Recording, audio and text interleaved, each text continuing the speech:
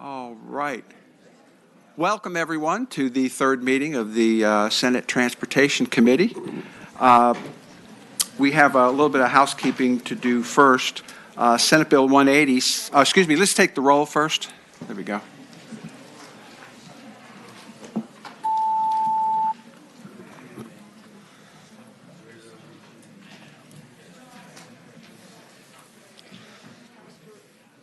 You have a quorum, Mr. Chairman. Thank you very much. Just some housekeeping stuff here first. Senate Bill 180, Senator Saslaw's exhaust systems excessive noise bill. He's asked it to go by for the week. Do I have a motion on that? Have a second? All in favor say aye. Aye. Opposed? Bill goes by for the week. Senator McPike will have a bill later that's going by for the year with a letter, but he'd like to speak to it first. Senator Eben, Senate Bill 277 would like it to go by for the year with a letter to state police, which I already have a draft of. So can I have a motion on Senate Bill 277? So moved. It's moved and seconded that 277 go by for the year. All in favor say aye. All opposed, no. That's with the letter to the state police, and I have that. We also have Senate Bill carryover. Yeah. I'm sorry if no, it's by for the year. With okay, I'm sorry. That needs a recorded vote. If it's okay, let's. So that would be a motion for on 277 to carry over for the year with a letter. Do you have a second? Second. Okay. All in favor, say aye, or vote aye. All opposed, no.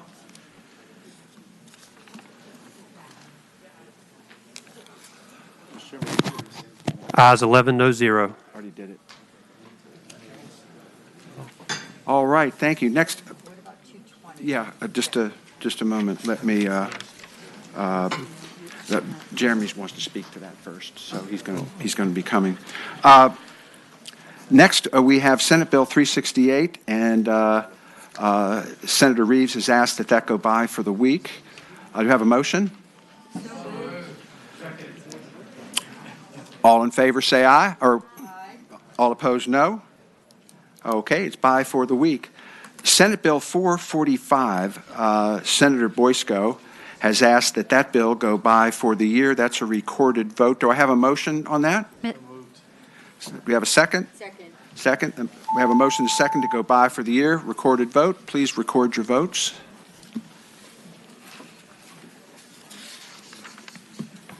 Ayes 13, no 0. Ayes 13, no 0. We are by for the year with that bill. And just to let the committee know, I spoke with Secretary Miller, who wants to be involved in trying to broker the dispute between the two different methodologies of running the Greenway in Loudoun County. Senator Favola. I'd like to go back to Senator Boysko's Bill 445. Senator Boysko, did you want a letter from Yeah. Okay, that was not part of the motion, but we can just. I've already spoken to the secretary, and he's got the House action. So we don't need a letter or anything? I don't believe so. No, they're going to work on this. Articulate our views. Yeah. You sure? I don't believe we need one. Mr. Chair, I also was going to just make a very small amendment that we had discussed, just so that it would be in the record on that bill, that would say that distance-based tolling and lower tolling was in the public interest. And Emma had that ready for us. It just came up super fast, so I didn't. You want to? It needs to be in a letter. That means. I tell you what. Let's vote 445 again. That will include a letter. With that language in the bill. With, so do we need with the language that Senator Boysko proposes for an amendment, and so that way the secretary will be aware. Thank you, Mr. Chair. Of your intent there. So, I move that we reconsider the vote by which we passed by for the year Senate Bill 445. We have a second? Second. The motion is to reconsider the vote by which we passed by 445 for the year.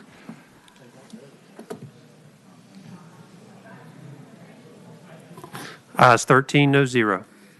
Ayes 13, no zero. We're reconsidering and have a motion on Senate Bill 445 for pass by for the year with a letter to the Secretary. And second. Mr. Chair, with an amendment to clarify With an distance-based- amendment in the letter to, in the language of the bill. in the language of the bill. Mr. Chairman, I believe that the intent is to adopt an amendment on the bill so that that becomes part of the record, and then to act on the bill as a whole after that amendment has Thank been you. adopted. Can I move right. the amendment, Mr. Chair? We have a motion on the amendment. Do we have a second? Second. Okay, we have a motion and a second on the amendment, and all those in favor of adopting the amendment, say aye. Aye. All opposed?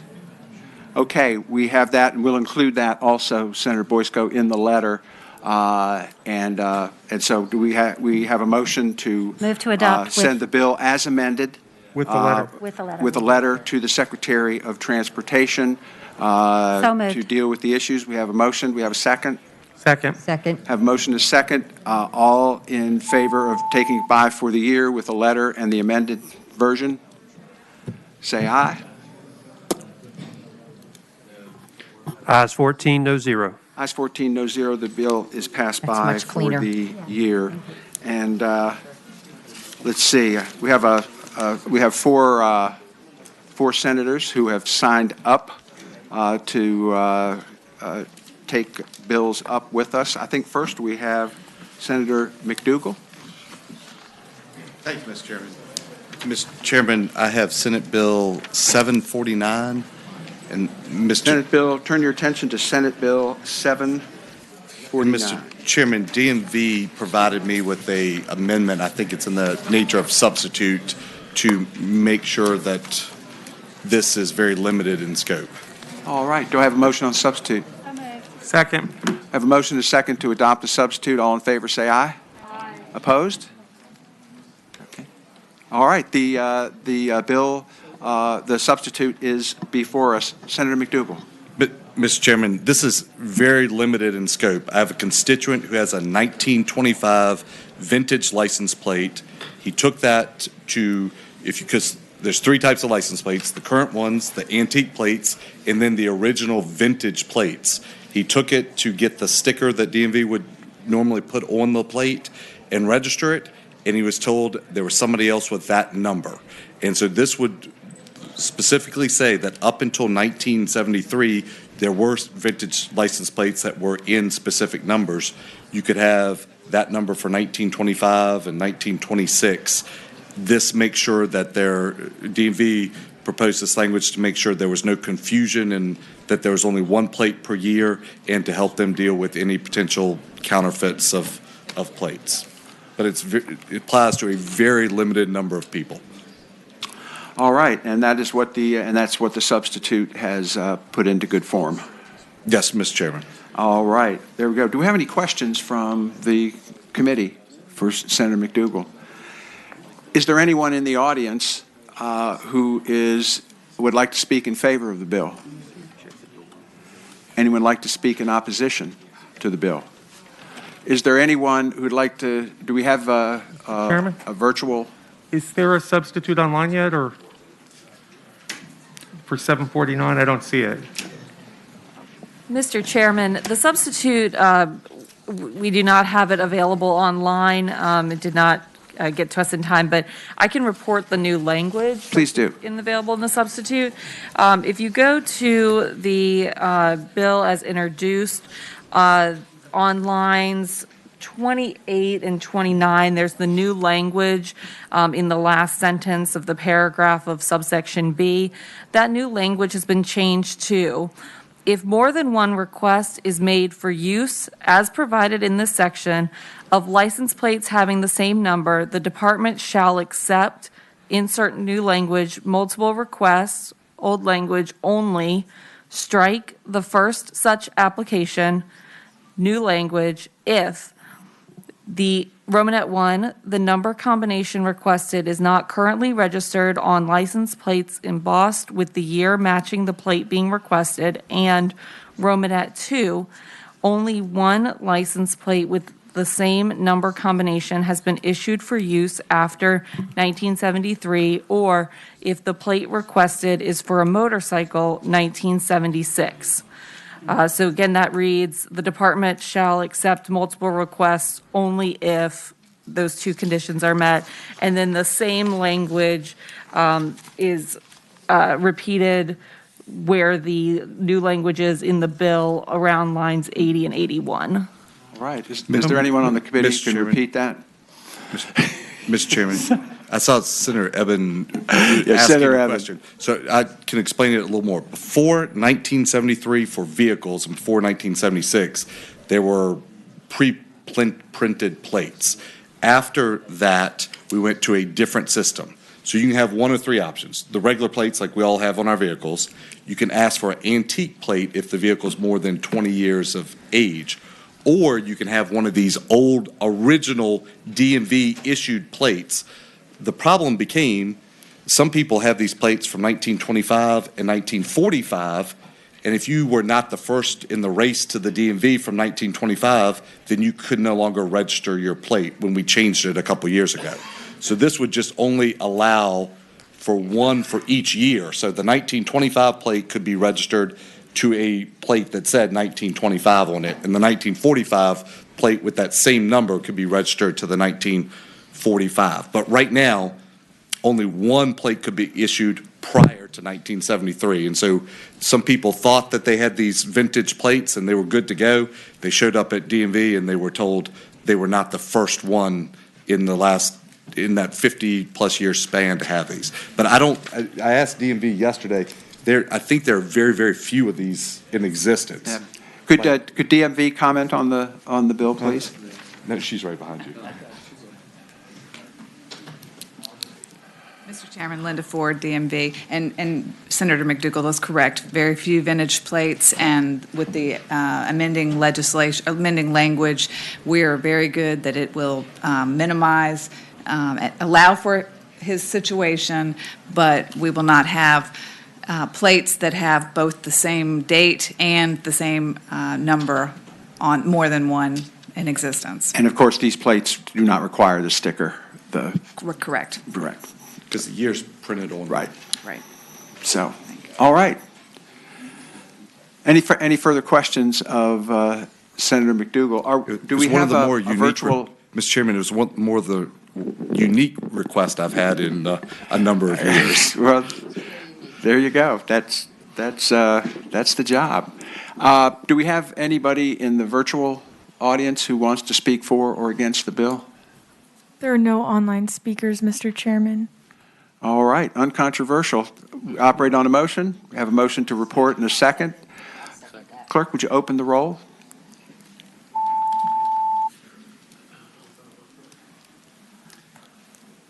Ayes 14, no zero. Ayes 14, no zero. The bill reports. Thank you, Mr. Chairman. I'd like to thank DMV because they worked on this pretty quickly, so thank them. I always thank DMV. They have pulled me out of more jams than I can think of, so thank you very much. Senator Morrissey, I believe you're next on the list. Good morning, Mr. Chair. Good afternoon, Mr. Chair, members of the committee, and staff. I'm here for SB 753, commemorating the license plate for the Richmond Planet newspaper. Mr. Chair, 753 commemorates the iconic Richmond Planet newspaper. The plate will bear the legend, quote, "The Richmond Planet," close quote.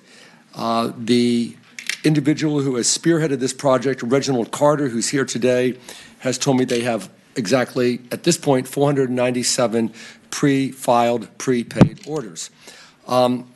I thought you might be interested in this. I certainly was. Maybe it's just because I'm a former history teacher, but just bear with me for a moment because I thought it was fascinating. This paper was first published in 1882 by 13 former slaves in Richmond, and it was initially edited by Edmund Archer Randolph, who was the first African-American to graduate from Yale Law School. Then 2 years later, 21-year-old John Mitchell Jr. succeeded Randolph and continued as the editor for the next 45 years. until 1929. It reached a large circulation. He was a staunch defender of the African American community and a voice against racial injustice in early years. The Planet covered a lot of local news, of course, but national, international news. They focused on segregation, the doings of the Ku Klux Klan, voting rights, and the scourge of lynching. Mitchell himself was reputed to have gone, if he heard about a lynching, put his sidearm on and go to the lynching. The paper, he never wavered even in the face of numerous death threats. He tried to influence change, and he actually received considerable prominence in both the banking circles as well as the Republican Party of Virginia. He served on Richmond City Council from 1888 to 1896. And the Richmond Planet was one of the most forceful newspapers among the African American community in the South. Today, and I didn't know about it until just a few moments ago, but his great nephew, John Mitchell Jr., is here and is honored to be in the same committee where this license plate of his great uncle is being considered. If you'll, that's all I have to say. Reginald Carter, who spearheaded this project, would like to maybe talk to you for 30 seconds, and then if I could, after that, ask. Be delighted to hear from you. Thank you.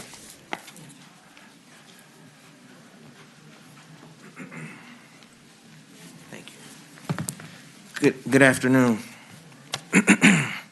I'll be brief. My name is Reginald Carter. I'm from Tappahannock, Virginia. I currently reside in Richmond, Virginia, where I've been here for the past 8 years.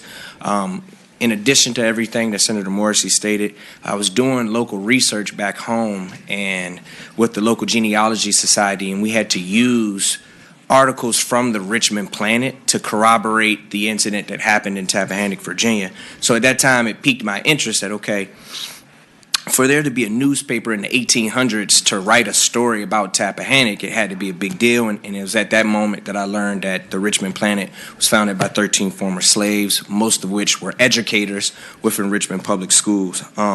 So from there, I just wanted this to be something that's educational. I wanted it to be, all-inclusive for any and everyone that wants to celebrate the Richmond Planet. And I would like for if someone sees the plate to, do their own independent research on the Richmond Planet. So thank you all for your time. Thank you so much. You must be very proud. And it is so fitting that this came at this meeting, which is early in February, which is Black History Month. So thank you very much for the history lesson and for this important license plate.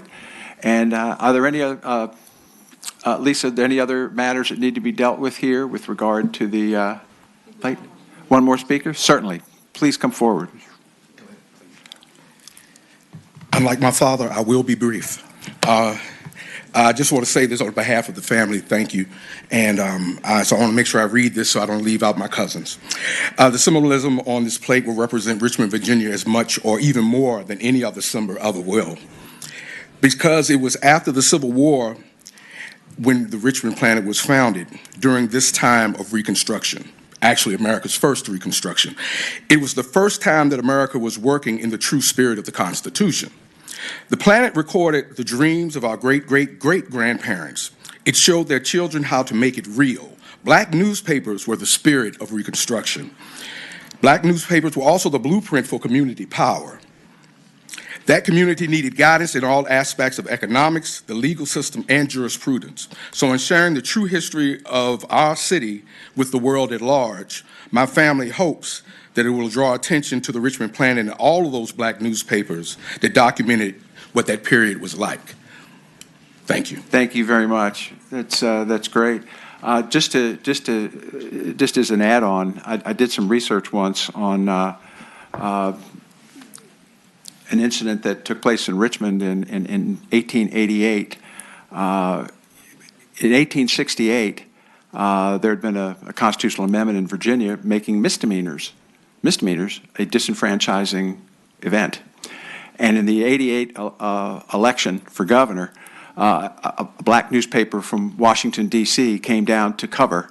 And it was the only evidence we have of what took place at the polling place here in Richmond, just a short walk from here, over in Jackson Ward, where there were two lines, the white line and the black line. At the head of the black line was a police officer with the book on who had been convicted of a misdemeanor, and he would take those individuals out of line.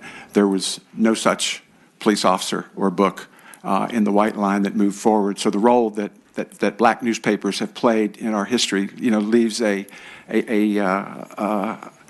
very strong history of what took place and when no one else was reporting it. So I think this is a very important license plate bill.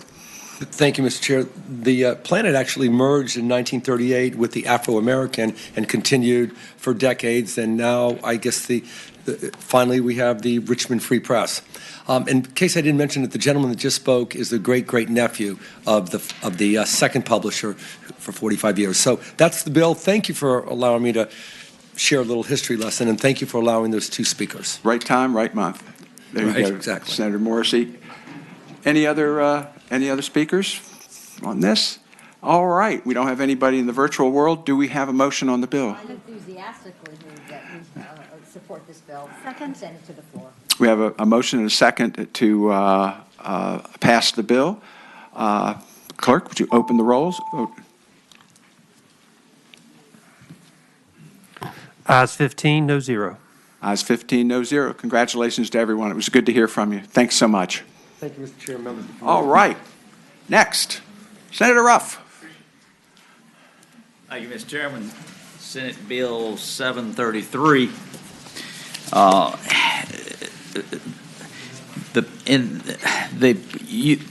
Those who use uninsured driving, those uninsured drivers that we have are costing all of us in our premiums that we pay. So this is trying to get at one portion of those, and those are the folks that try to beat the system by using farm use placards. Currently, there are bills already going through the House and Senate that address it, requiring DMV to go through the process of making sure they have insurance. This bill works a little different in that it is focused on trying to make sure that if someone gets stopped and they don't have insurance, they would have to pay a $600 fee if they didn't show they had insurance within 30 days. The uninsured fee right now is $500. This would be on top of that if they decided that they wanted to try to beat the system. When we started talking about this a year ago, there was some resistance from DMV from wanting to do it. That's why we tried to approach it from two different directions.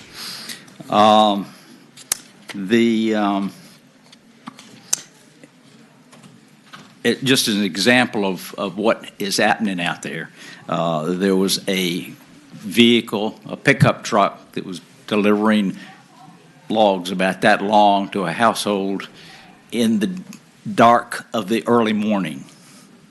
When he made the turn to go in the driveway, he dropped the load.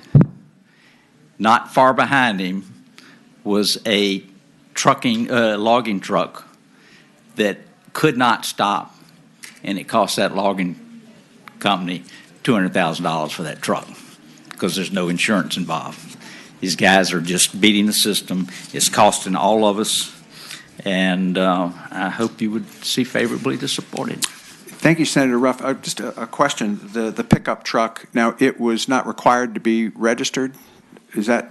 What is happening is you can go to any number of stores and buy cardboard placards saying farm use. Law enforcement does not want to irritate businesses, so they don't do anything. There is no reason to do that other than to bypass the required insurance. One final question before I open it up to the panel. Would it be difficult in some situations for a police officer to determine whether there was legitimate farm use going on? I can tell you only one case about a decade ago when a station wagon was going down the road and went to the post office, and a state trooper followed her in And she said, I raised dogs. And she had a bag of dog food in the back of the thing. And after lengthy discussion, she made the remark, you can't arrest me, or you can't give me a ticket because I'm not on the road. He said, you're exactly right. Wait till you drive out of this parking lot. So somebody came and picked her up. And it's my understanding that Senator Hanger's bill that we reported requires this insurance in his bill. Mr. Chairman. And could you report that? Could you describe how it works in a different way? Mr. Chairman, so Senator Hanger's farm placard bill that we reported last week, SB 18 or 186, would establish a registration process to get farm placards from DMV, different than vehicle. Well, registration is the wrong word. They have to go and get a placard from DMV. It is not a vehicle registration, and that requires proof of insurance to get the placard. So this bill does the same thing. I'm not. Sort of, without the placard. But the insurance component's the same, but I'm not sure how they are going to, we can look at that. If the committee reports it, we can look at it. Mr. Chairman, I think that will take care of some of the problem. The gap that will occur is the same one that's happening now, in that you can check off that you have insurance, and the next day you can cancel the policy. And on regular insurance, the insurance companies regularly notify DMV, but I'm not sure that DMV is going to notify the state police that they can now stop that car and fine them and have to pay a fine. I see. Thank you, Senator Ruff. Do you have any questions from Mr. Chairman, the committee? Servo. Senator Servo. Thanks. I just had a quick question. I've seen the farm use cars driving around the roads, and Where area? not in my area, but when I was when I was a governor's fellow and I had to worked at the DMV, I became aware that you can actually get a refund on your gas taxes if there's some kind of paperwork you submit with the DMV every year to say that you bought gas but you didn't use it driving on the road for like your lawnmower and other things. And isn't one of the other reasons people do the farm use designation is so they don't have to pay gas taxes on the gas they use to fuel the particular vehicle? Well, that is one of the reasons why farmers would use it. But farmers are either going to have insurance on their vehicle or they're going to have an umbrella policy that will cover the liability of their farm. So either one of those would work as your proof of insurance. No, the people that are just putting those placards on are trying to beat the system. Mr. Chairman. All right. Mr. Chairman. I'm sorry, can I speak again? Sorry, I agree with, I'm not disputing the purpose of your bill. I'm just saying one of the other reasons I think people get farm use is to avoid paying gas taxes for the use of the particular car. Isn't that right? Mr. Chairman, I would respond that you can, farmers will fill out the necessary forms to get that, and that occurs, and that doesn't affect this at all. Okay. Other questions from the committee? Mr. Chairman. Senator Boysko. Thank you, Mr. Chairman. Senator Ruff, I'm seeing that you're talking about farm vehicles, but I don't see that in the language of the bill at all. I don't know if I've missed something, but it looks like this would pertain to any vehicle, trailer, semi-trailer. Maybe I'm missing the part where it says that's exempt from motor vehicle registration requirements. Mr. Chairman, So I would say it has nothing to do with legitimate farmers. It is a scam. Thank you. Senator Newman. Let me ask Senator Boysko's question a little differently. Does 46.2-684.1, is that in the farm use vehicle section? I believe it is, yes. Okay. If so, this only applies to farm use vehicles, is that correct? It is, yes. Okay. Maybe, where is, Andrew, can you answer that question for more professionally than I can? Thank you. Andrew, step on up. Staff may know too. Mr. Chairman, to answer Senator Newman's question, I don't think. Andrew Smith from. Yeah, I'm sorry, Andrew Smith with Virginia Farm Bureau Federation. I'm sorry. I don't think this is reference to only those that we call farm use. I mean, there are some other vehicles in the code of Virginia, the motor vehicle code, that are exempt from registration, some for fishermen and those that move forest harvesting equipment, just to name two that I know of. But, I agree, this is, the first part, I think, is somewhat duplicative of what was in Senator Hanger's bill. The second part, the more punitive part, I guess, would be new, just from my read of it. If I may, while I'm up here, Senator Sorrell, the question about lawnmower gas, that's not part of the exemption. What the thing with DMV, with farms and the fuels tax is when a farmer buys fuel for like their tractor or other things that operate on the farm that they paid fuel tax at that time, they can request a refund for that. Most of them, when they purchase it, they purchase dyed fuel that's no tax on it then because it's only used for off-road use. Mr. Chairman. Senator Newman. Let me just ask it a different way. I think it's very clear that the concern I think that Senator Boysko had, and I may have it as well, is that this does not apply to vehicles, right? If you bought a car that you had to register, this does not apply to it because on line 19, it's pursuant to vehicles that are not required to be registered. Is that correct? Just to give you a little history, this code section originally was put in by then Delegate Scott Lingenfelter. The Board of Insurance years ago changed the rules for motor vehicle insurance that they could no longer cover the farm uses, we're all calling them, by a blanket liability policy. Prior to the change, they could have. He changed it to allow them to either cover it by a motor vehicle policy or a blanket policy. Right. Mr. Chairman, just to staff, am I right?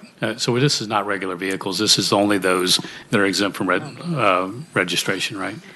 Like Yes, farm use. Mr. Chairman, Senator Newman, that's correct. Thank you. All right. Good. Any other questions from the committee? Anyone in the audience wish to speak in favor of the bill? Anyone in the audience wish to speak in opposition to the bill? Do we have anyone in the virtual? Mr. Chairman, if I may, while I'm up here, Virginia Farm Bureau isn't taking a position on this bill, but we do support that these vehicles are required to have insurance. That's why we supported Senator Hanger's bill last week. Thank you, Andrew. Appreciate it. Anyone in the virtual hookup that There are wants no to speak? speakers, Mr. Chairman. Okay, thank you very much. The bill is, Senator Ruff, you want to say anything else? Nope. Okay. The bill is before us. We have a motion and a second to report. Clerk, could you open the roll?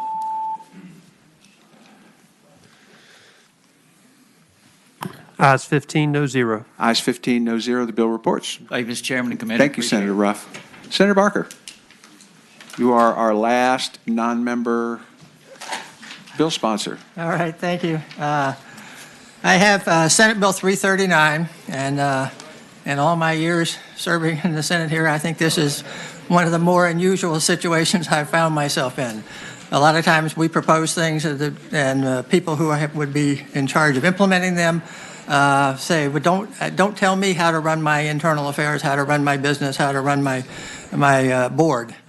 Here there is, you have been hearing comments, and like to hear more today of the opposite of that.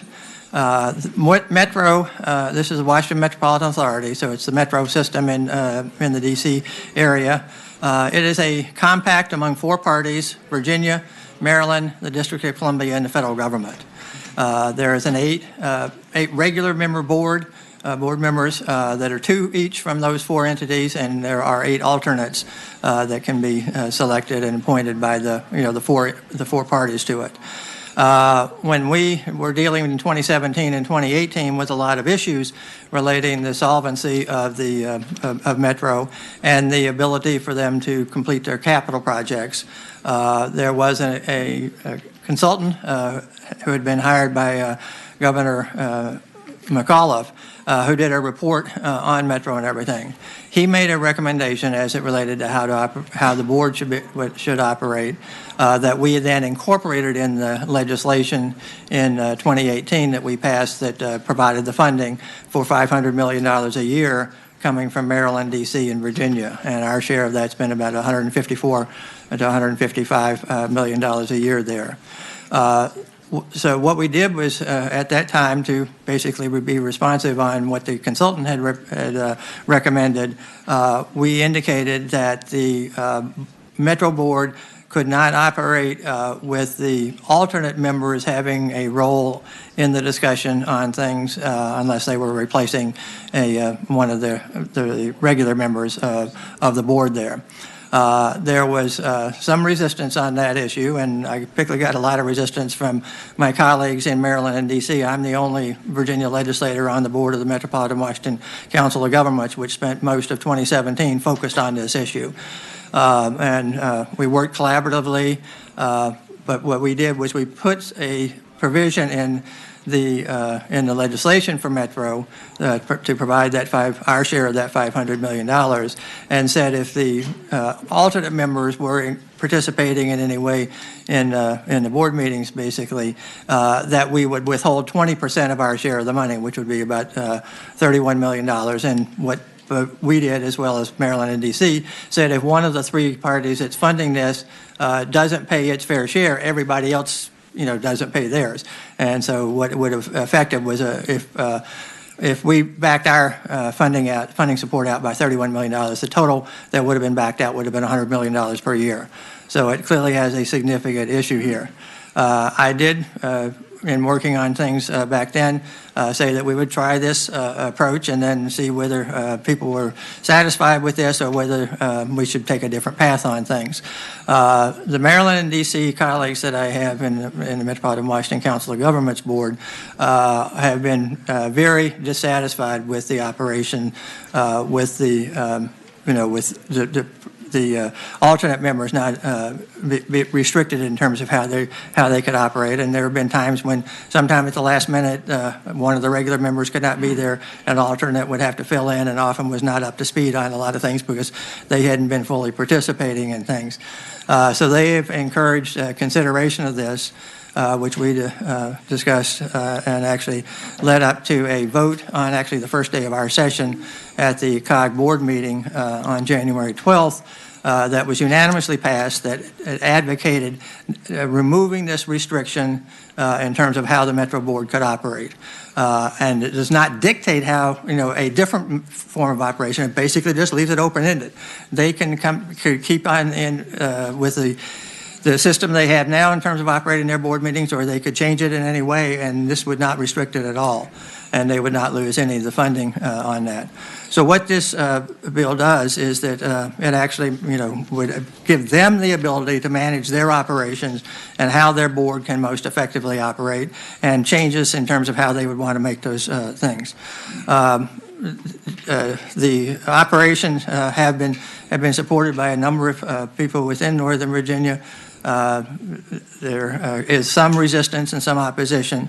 I would say that with the Council of Governments, with that unanimous vote, it actually was the first meeting that was chaired by Christian Dorsey, who's on the county board in Arlington, and has been an active member and was involved in the whole process back in 2017 and 2018 to move this forward. So there's been support for, and that was a unanimous vote, as I said, on January 12th at that at that COG board meeting there. So I would hope that we would, in effect, repeal the provision that we put in there at the recommendation of the consultant that Governor McAuliffe had contracted with, to allow the Metro Board to make that decision rather than us from Richmond controlling that decision. Okay. And I would hope that it'd be the pleasure of the committee to support this bill. Okay, now let me see if I've got it straight. Is that right now there's a provision in there that if anybody who's an alternate tries to participate in the meeting, it puts funding at risk. It puts funding at risk, and it's up to $100 million if they do that, and that could be considerable. Yes. This is not a $25 fine. It's No. millions and millions of dollars. And although it might be unlikely that somebody would call make that call to that has been violated. It would put us in a very difficult spot if they did. And so this way, if you remove that, it just allows the board to make a decision about who can participate and who can't. That is correct. It allows them the complete flexibility to do whatever that they want in terms of their board operations there. Okay, very good. Do we have any questions from the committee before Senator Abbott? Thank you, Mr. Chairman. For Senator Barker, I guess, I get the logic of not restricting them. I'm kind of the mind, if it ain't broke, don't fix it. And I'm wondering, have any Metro board members from Virginia or otherwise asked you to change this? I know COG is a group of regional folks for Maryland, D.C., and Virginia, but the Metro board I thought was working well now, or better than it had before all those reforms were made. Are any of the Metro board members asking for this? The Metro board members did not come to us, the Metro board members from Northern Virginia, which are there too, Paul Smedberg, who's here, and then Matt Letourneau from Loudoun County, who was very actively involved in all this back in 2017 and 2018, and he'd also been chair of the COG board. But what I can tell you is that there are local governments in Northern Virginia and also some of the Maryland and D.C. people that I've been working with who feel that it would be better if they had the flexibility to be able to make their own decisions in terms of how to operate and have been supportive of this. So, thank you. Other questions from the panel? Mr. Chairman. Senator Robinson. And I'm sorry, I was a bit distracted. Did you say that those two board members from Virginia, do they just have no position, or do they support this or oppose it? I have talked with Chairman Smedberg, who's chairman of the Metro Board now, and he opposes this. The other one is Matt Letourneau, who's supervisor in Loudoun County. You probably know him. Yeah. And he's, been, I have not talked with him. I have not heard from him, so. Thank you. Okay, thank you. Any other questions from the committee? Anyone here to speak in favor of the bill? Mr. Chairman, Noel Dominguez with Fairfax County with Fairfax County. The Board of Supervisors for Fairfax does support this legislation. They think it would be beneficial to allow the WMATA Board to have the flexibility to use alternates as required. Also, one of our board members currently is an alternate on the WMATA Board, and it would be beneficial if perchance they were asked to sit in as a principal to be able to have participated prior to, so they were fully prepared in such an instance. Noel, I thought my understanding was that if they were there in the role of actually substituting for somebody, they could speak, but that they could not if they were the, if no one was absent. Is that? Yes. So right now, the interpretation is, even if they participate at all as alternates, they could not, and the funding would be at risk.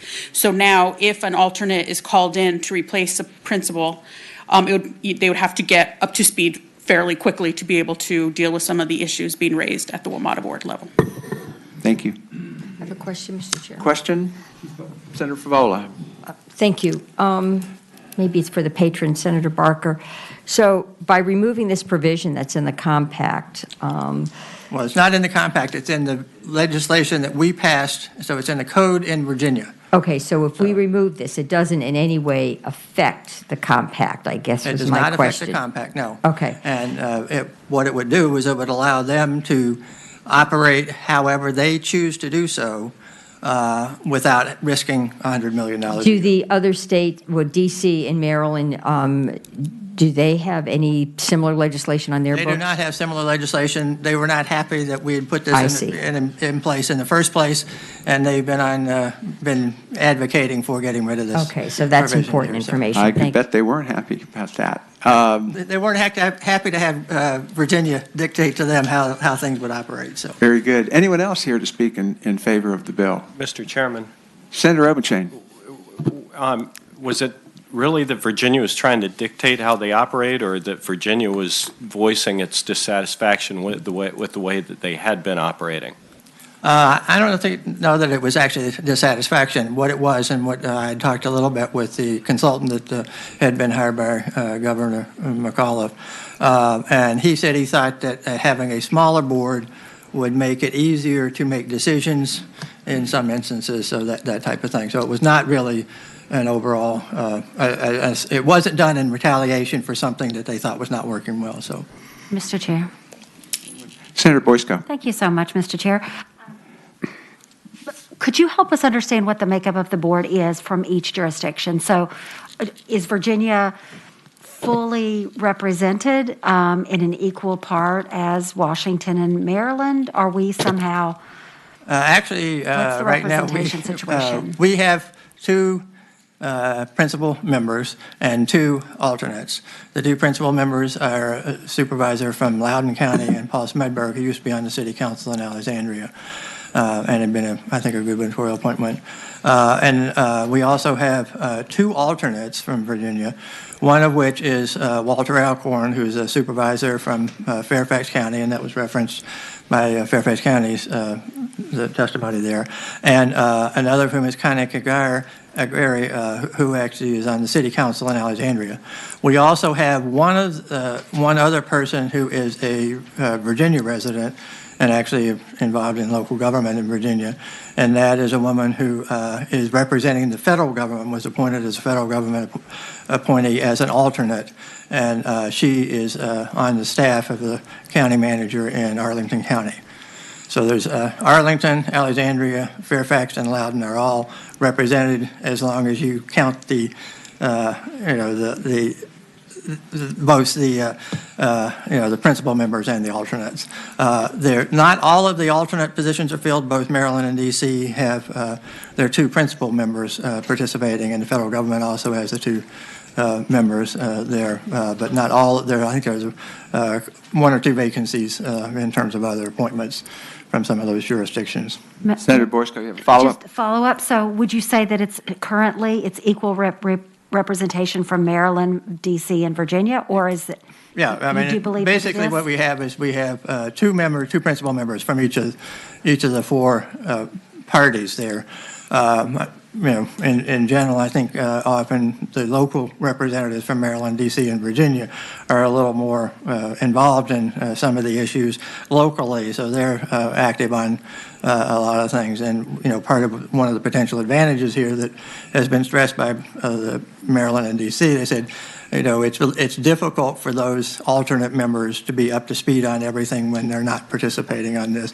And it's not something that they can say, I have a role here. So I can only have a role if one of the two principals doesn't show up. Okay, thank you, Senator Barker. Senator Evan. And I'd just like to get Senator Barker to comment. Do you think that when you have a group of, like I'm a member, say the Northern Virginia Transportation Commission that I'm a member of, the local governments have alternates. Do you think if the local representative shows up, the Virginia representative, say Paul and Supervisor Letourneau show up at the meeting, that you also want, is it your position that you would want the Virginia alternates to also be speaking and the Maryland alternates, the people who don't have a vote at that meeting? No, not at all. I'm not here to, what I'm trying to do is not tell them how to run their operation. If they want to run it the way they do now, I don't have any problem with that. If they want to run it by changing the role of alternates, which might have some more participation in some situations, and maybe it's on board meetings, or maybe that they work on committees but don't participate in the board thing. I don't care what that is. I don't think that we should be dictating to them how Metro should run its own internal affairs and how they should have their board operate.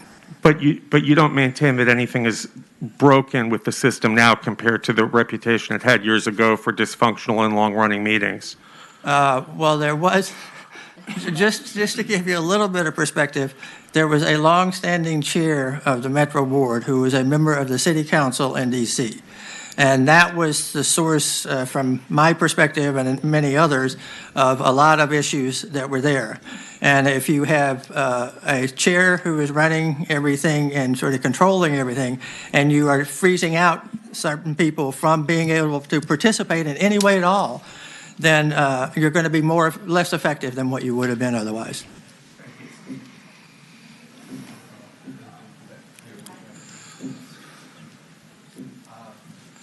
have a minor glitch that we need to make. Apparently, this did get put into the Virginia Code, and we would need to have an amendment, which I believe, Lisa, can you report? We just realized, Emma just realized, actually, that we had put this language in the enactment clause of the bill, which I remembered from drafting the bill, so that was what we did. The Code Commission apparently codified the language in the Mass Transit Fund and didn't leave it just as an enactment. So we would have to do a substitute, actually amending the Mass Transit Fund to strip that language out. All right. I'm sorry, I'd be I happy just to didn't realize propose that. Is that a complicated matter, or can we just adopt that in concept? Exact same language, except in the code? All right. Do I have a motion on the amendment? I move that we adopt the language that was in the Transportation Funding Code. Okay, I have a motion and a second to accept the amendment. All in favor, say aye. Aye. Okay, the opposed? The bill as amended is now before us, and we've heard from that doesn't substantially change anything here. We have the same issue before us. Anyone else in the audience wish to speak in favor? Anyone wish to speak in opposition to the bill? Please step forward and. Chairman Marsden, Ranking Member Newman, members of the committee. My name is Paul Smedberg. I'm the Commonwealth representative to the Metro Board and currently serve as the board chair. I think this bill is a solution in search of a problem. And I think the reforms that were put in place in 2018, whereby we could maybe disagree some, I think this aspect of it has actually turned out to be a good thing for us. The board, for the past 2.5 years, has been working extremely well. We are organized. We are working through committees and logical structure. And we are taking a much more regional approach as opposed to a very parochial, jurisdictional specific approach, which is a good thing for our investment.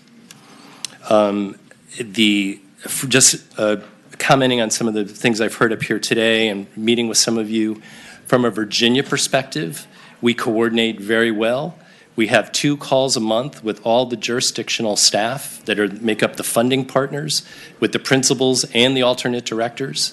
The alternate directors receive all the same information that the board members do, and it is the responsibility of the jurisdictions, if the principal is going to be out, in my view, that they get that person up to speed. And I know Mr. Alcorn has stepped in a couple of times for Mr. Letourneau, and I know Matt has put in times to get Walter up to speed.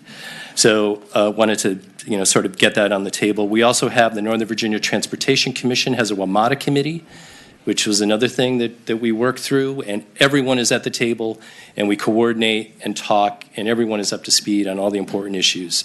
And we can take questions and comments back to WMATA staff, and it helps inform us as we interact at the board meetings or committee meetings. And we also keep staff and elected officials in the region, not only locally, but at the state level, well informed. Senator Boysko, we just wanted to correct one thing. We're actually 1/4 of the sharing of power, so to speak. There's 2 from Virginia, 2 from DC, 2 from Maryland, and 2 from the federal government. So there's 8 total, and then the 8 alternates. I was going to mention, your Ledge Council already did that about the code and the compact. I think we should, I think she clarified that, or they clarified that. And again, Virginia, I think we've taken huge strides forward from our perspective, but also for the organization's perspective. And it's such a critical time for the organization as we're searching for a new general manager. We have a national search underway for a general manager that we've just begun. We're dealing with opening of the Silver Line. We have the 7,000 series and all these other issues. I would hate to have something enacted that is going to create some ambiguity, in my view, as to linking up with the code and how we operate. It's one thing to say, oh, well, we can just let them decide, But how are we to turn and say, oh, the Virginia Senate or the Virginia legislature passed a provision and we're not going to do anything about it? I mean, I think that would obviously look pretty bad for us. So I think it would really create a lot of ambiguity when our operations and all the issues that we're dealing with are really going much, much better than they have been in the past. And I'll remind you that in 2018, when this was being debated, it was because of that dysfunction and a lot that was happening that prompted a lot of these reforms. So thank you for your time. Mr. Smedberg, Yes. Currently, when you have a meeting and an alternate is there, do they participate verbally, ask questions, make comments, or they? No, they're there. I mean, we're meeting by Zoom now mostly because we have to deal with the 3 jurisdictional provisions or laws and prohibitions. So we're meeting by Zoom. So anyone can join, the general meeting and listen in. So there's no way. But they will not be called on. But they would not be called on. And Senator Barker's concern is that, though, in the code, if they did temporarily just get excited and start to participate, theoretically, that's $100 million. Well, I can tell you, sir, we take that very seriously. We're not going to I'm certainly not going to put our funding jurisdictions and WMATA in that position. Okay. Thank you, Mr. Smedberg. We appreciate it. Any other questions of Mr. Smedberg, who has a different view than the patron? All right. Is there anyone in the virtual world who would like to comment for or against this measure? There are no speakers, Mr. Chairman. All right. Bill is before us. Anyone care to make a motion on the bill? Mr. Chairman, just move it along. I mean, I think putting this much money at risk for what is basically a silly item just doesn't make sense. So I'll move it along by making a motion to report. We have a motion to report. Do we have a second? Do you have a second? We have a second. Motion and a second. The bill's before us. Clerk, could you open the rolls?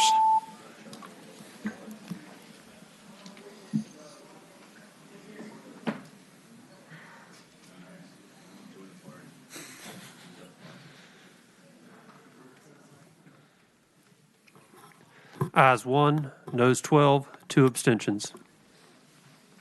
1 to 12, to the 12 nays to 1 yay. The bill does not report. Thank you, Senator Barker. Thank you, Mr. Smedberg. Whew. All right. We have gone through our folks who are not on the committee. Senator McPike, you had wanted to address the committee on your bill and then make a motion.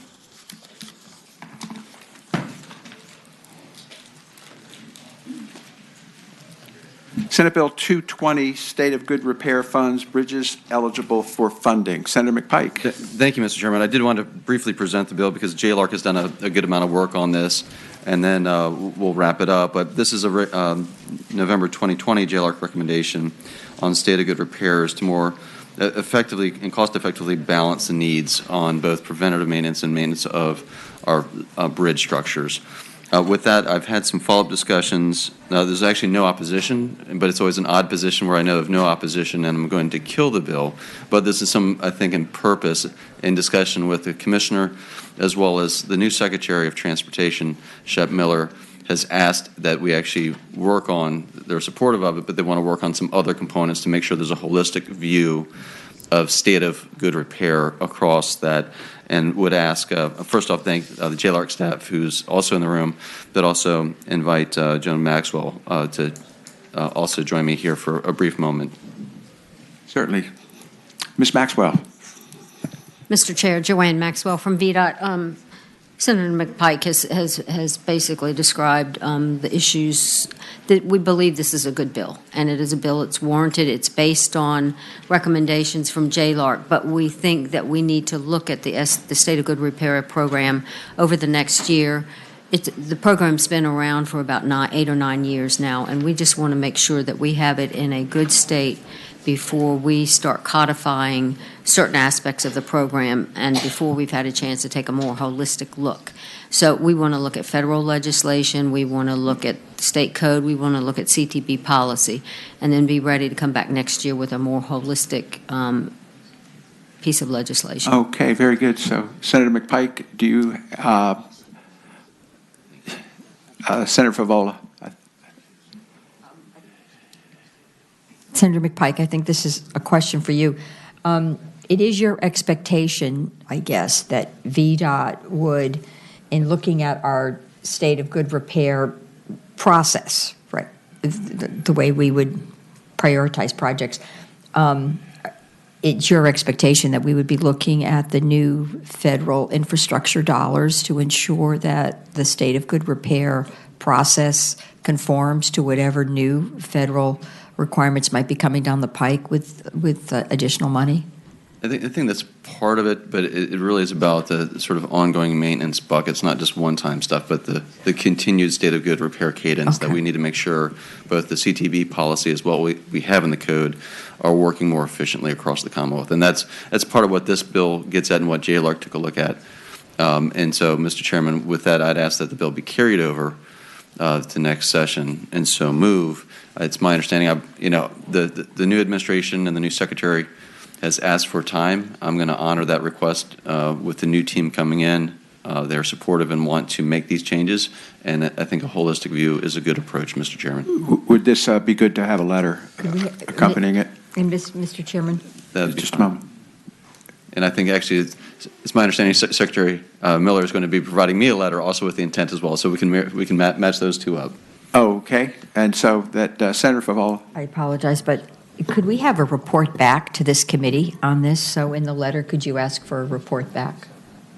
So in the letter that I was wondering which shoulder you're on. So. yeah, in the letter that you provide, could you ask for a report back?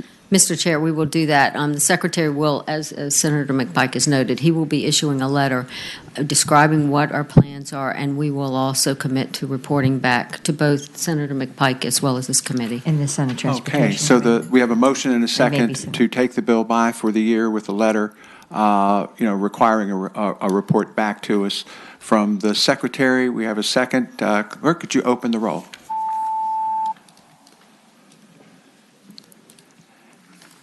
Thank you. Ayes 15, no zero. Ayes 15, no zero. The bill goes by for the year with a letter. Next, I believe we have Senator Boysko, your highway use fee bill, Senate Bill 612.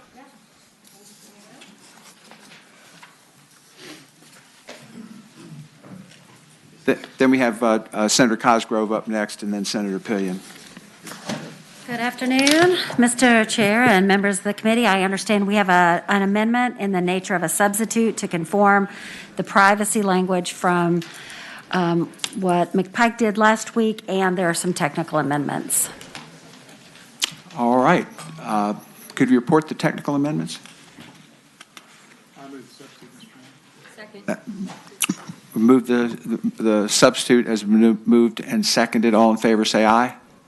Aye. Aye. Opposed? Okay. The technical amendments.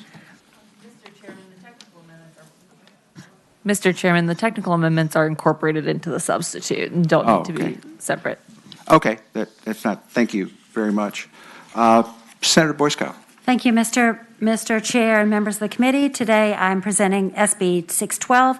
It is a bill that I'm carrying on behalf of the Department of Motor Vehicles. In 2020, the General Assembly established a highway use fee as a source of revenue for the Commonwealth Transportation Fund and ordered DMV to convene a work group to develop mileage-based user fee program as an alternate method of collecting highway use fees for people with electric vehicles primarily. This bill implements the recommendations of the DMV work group It would authorize a prorated refund of the highway use fee, if applicable, for the refund is made when there are 6 or more months remaining in the registration fee, if they ask for a refund. It would also authorize the DMV to issue a hold on the registration for a vehicle registered by a mileage-based user fee program participant if the participant fails to pay their fee. And no additional fee would be charged for the release of a registration hold when the fee is paid. The bill simply adds necessary language to the Virginia Code to allow the highway use fee and mileage-based user fee programs to function as they were intended. And I have Linda Ford, the acting commissioner of the DMV, here today to answer any of your questions. All right, Senator Newman. Senator Boysko, when we set this up, this was a voluntary program. Is there anything in your bill or the amendments or the substitute that changes the voluntary nature of the program? Mr. Chairman, Senator Newman, I don't believe that it does. It does not change. And Ms. Ford is shaking her head that it does not change. Thank you, Mr. Chairman. It simply clarifies that if somebody needs to get a refund or, just some of those technical pieces so that it's clear. Thank you. So if they want to change their mind about being in the program, they can change their mind, and this just sets forth the rules to do that. Is that correct? Mm-hmm. Okay, very good. Ms. Ford, anything you wanted to add to the testimony? Okay, thank you so much. Any other questions from the committee?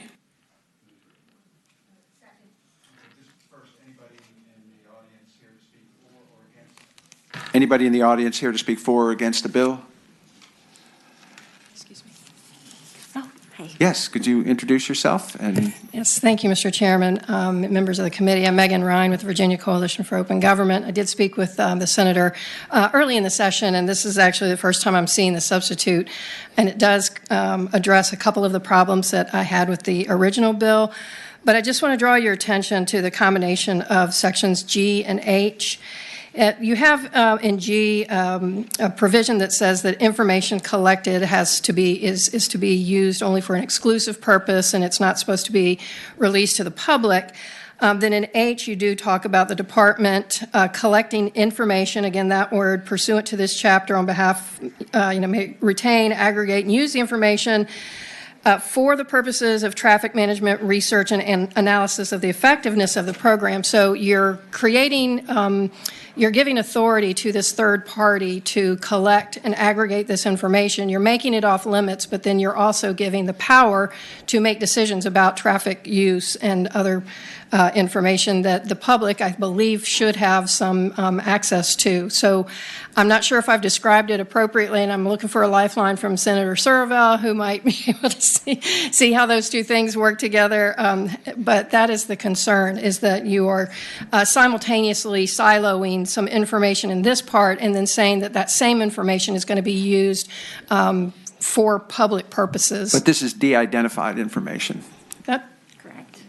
That's fine. But it says that the information is not, in G, is not allowed to be available under FOIA. And then it says in H that that information is supposed to still be used for other purposes. How can the public see what information, what has been collected that is leading to these decisions? And yes, I fully understand it's de-identified, but it's a pool of information that has been kept off limits that is now going to be used to make decisions. I see. Senator Surville, do you have anything to add? No, and I shouldn't have put him on the spot like that, and I do apologize. Called upon to elucidate us. Yeah, my brain doesn't work that fast. I gotta process this some more. Okay. We have, this, Senator Newman. Can't we work on this between now and the floor? I move to report. Second. Okay. We have a first and a second to report and move to finance, and we'll work on. I'll ask the patron to work on the issue brought up about the little bit of a conflict that exists there between now and the floor. Does that work for you, Senator Boysko? Mr. Chairman, I would just say that the kinds of information that that the DMV is collecting, and she can probably speak to it, deals with like what are the most frequently used roads, what's the capacity on them? Obviously, Yeah. thank you. Yeah, I it's just wanted to remote, say, like, you I know, don't think that we if, have. if there's an issue after you have had time to discuss it with DMV, if there's an issue here that is real, we can deal with it on the Thank you. floor. But I think the will of the committee is that it get reported, get to finance, Thank you. and we can deal with that minor issue if need be, and that we don't want to Mr. try to solve that problem. And Mr. Chair, I don't see that this has a fiscal impact, so I'm not sure why it would need to go to finance, but. It's a Did they fee ask for it? Okay. issue around the fees, Okay. sure. All righty. And so with that, vote. we have a motion and a second to report and refer to finance. Could you open the rolls?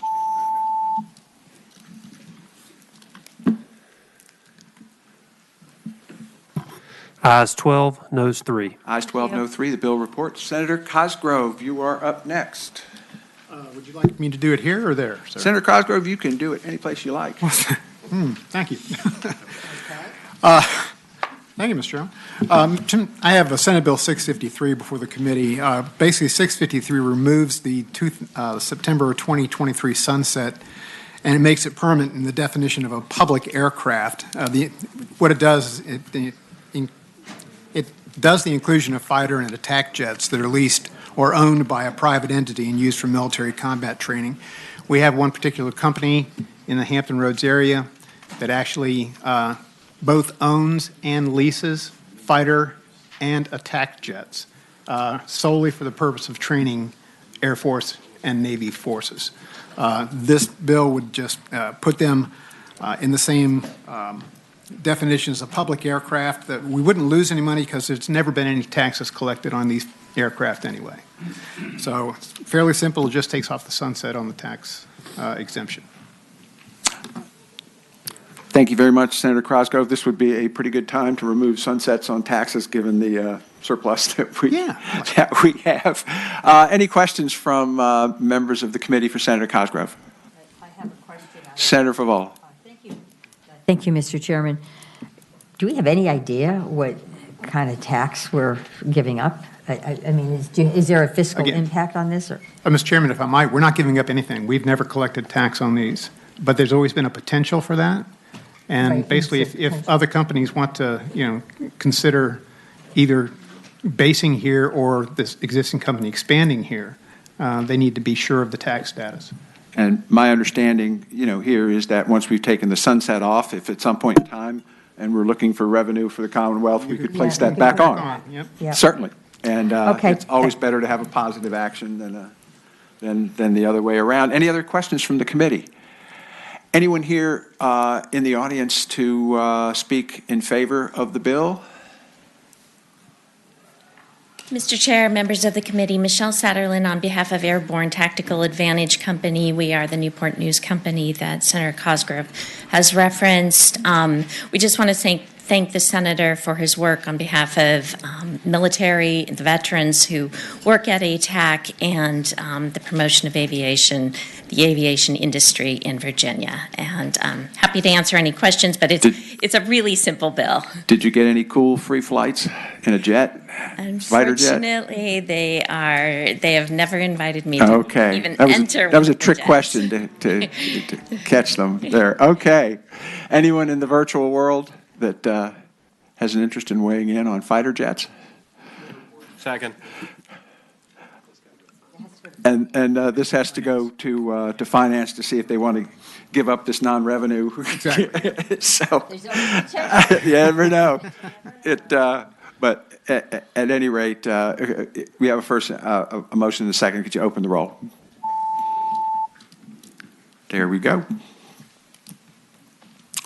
Ayes 15, no 0. Ayes 15, no 0. The bill reports. Next up, we have Senator Casey Jones Pillion from Southwest Virginia. Hey, here I am. All right, Mr. Chairman, Senate Bill 725 adds 2 non-legislative members who reside within the boundaries of Planning Districts 3 or 4 to the Board of Directors of the Passenger Rail Authority. So basically in New River Valley or Southwest Virginia. Currently, the code doesn't allow for any representation on the authority west of Roanoke. And with the recent decision to expand rail from Roanoke to Christiansburg and plans to bring it on to Bristol, it makes sense to add those two areas, a seat at the table. Mr. Chairman, members of the committee, when you all come down to Southwest Virginia, I want you to be able to take the train. There you go. Can we stay at your house? Are we going to allow alternate members to participate? Absolutely not, Senator. Get your own bill. We take no There'll be a other additional penalty. points of view from alternates. Senator Cosgrove. Thank you. Senator Pillion, the italicized language says 2 members shall reside within the boundaries of Planning District 3 or 4. The 2 members, never mind, answer my own question. Thank you. There we go. That is, so we have a motion to report. We have a second? We have a motion to report to a second. Could you open the roll?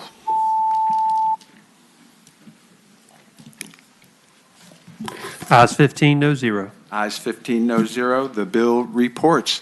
Could I turn the gavel over to Senator Favola? And while I do, hopefully 4 fairly quick bills. Senator Favola? Yep. You want to?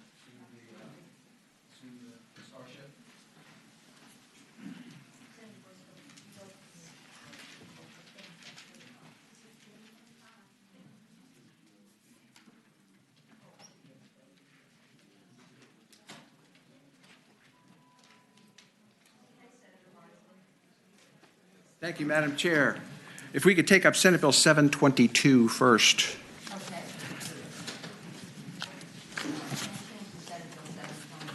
We have a substitute. Second.